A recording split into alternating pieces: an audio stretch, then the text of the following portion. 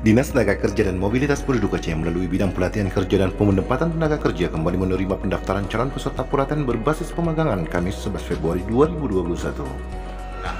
Tujuan daripada pelatihan di berbasis pemagangan ini adalah kita ingin mendekatkan pencari kerja itu dengan pasar kerja, sehingga mereka bisa menguasai sebelum mereka bekerja, sehingga bisa menguasai pasar kerja itu sendiri.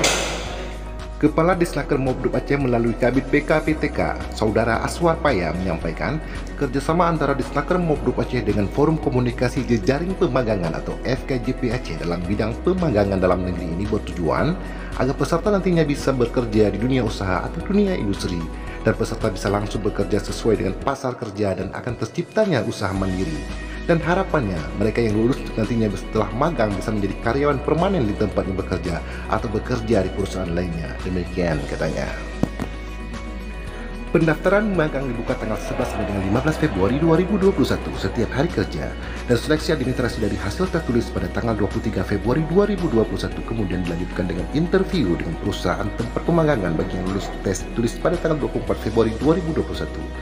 Dan hasil tes seleksi akan diumumkan pada tanggal 25 Februari 2021. Demikian papar Ketua Panitia, Saudara Irfani.